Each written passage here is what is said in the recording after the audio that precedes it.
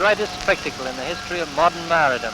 8,000 natives from all parts of New Zealand gathered under a city of canvas. A Maori welcome is taking place, and a great concourse of natives is gathered to welcome the new arrivals.